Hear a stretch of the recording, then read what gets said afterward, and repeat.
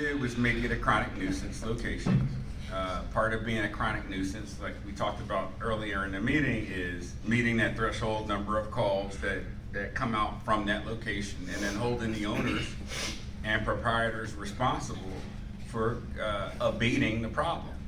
And we had, initially they had, reapplied for another liquor license, and we weren't gonna approve that liquor license absent them entering an agreement about how they were gonna take care of business there. They suggested that they increase the security, which they did. They suggested that they improve their camera systems, which they did. And then they, suggested hiring an off-duty police officer to work out there, which they did on nights where they knew they were gonna have huge parties and everything. Since then, I don't think we've had a problem out of it.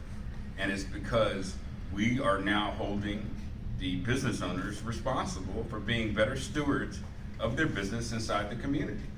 And I was just thinking about the business, and I was gonna ask you, as soon as we were over, to look up the Lynn and Oliver business to see what the calls look like, because I have done nuisance abatements in not only Club Legacy, 508 Broadway, the University Studio East apartment building, up off of, so it's been all over. It hasn't just been this community, it's been, throughout the city. And now the Lynn and Oliver, I'm just wondering how many calls we've generated to see if that fits into our criteria. If it does, they can look forward to, having to put together a plan to abate the problems out there coming from that business.